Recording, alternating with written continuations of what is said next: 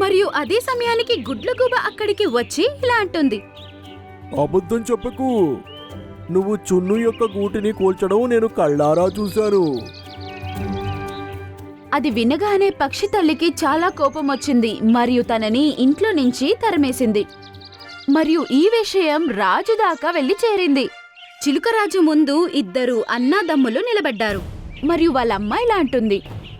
మహారాజా, నా బిడ్డ చున్ను కష్టపడి అందమైన ఇల్లు కట్టుకుంది, కాని మున్ను కావాలనే దాన్ని పాడు చేశాడు. గుడ్లగూబ జరిగిందంతా చూశాడు. ఇది చాలా తప్పు పని. దీనికి మున్నుకి తప్పకుండా శిక్ష పడుతుంది.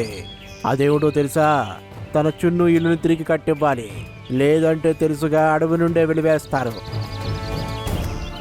మున్ను తనకి పడిన శిక్ష విని అక్కడి నుంచి వెళ్ళిపోతుంది.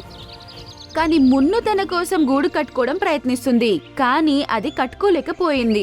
తన యొక్క కష్టమంతా పాడైంది. అప్పుడు చున్ను తన దగ్గరకొచ్చి ఇలా అంటుంది. అన్నా, ఏమైంది? చూస్తుంటే అలసిపోయినట్లున్నా నువ్వు. అలా అయితే నేనే నీకు సహాయం చేస్తాను. నాకు నీ సానుభూతి ఏం అక్కర్లేదు. ఇదంతా నీ వల్లే. నువ్వు నాతో మాట్లాడుకో. మున్ను ఇంతకు ముందు ఎప్పుడూ ఇలాంటి పని చెయ్యలేదు, అందుకే ఇప్పుడు పనిచేస్తుంటే పాడైంది.